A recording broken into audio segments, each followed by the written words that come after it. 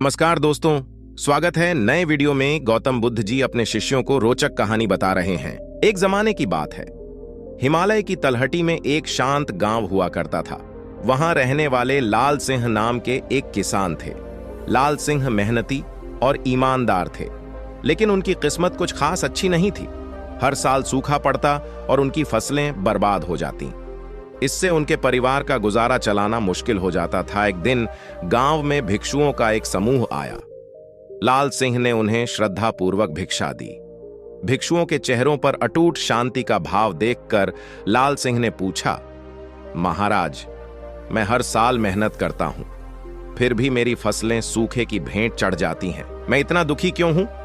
मुख्य भिक्षु मुस्कुराए और बोले, लाल सिंह, दुख का कारण अक्सर हमारा अतीत या भविष्य की चिंता होती है।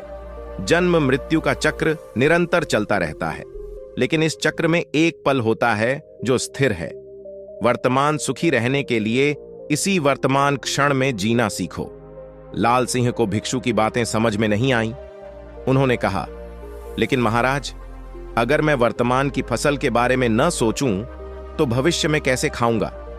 भिक्षु धीरे से बोले, जो बीत गया उसे तुम बदल नहीं सकते, और जो आने वाला है उसे तुम जानते नहीं। अपने कर्तव्य को ईमानदारी से निभाओ, बाकी का समय चिंता में न बिताओ, कल सूरज निकलेगा या नहीं।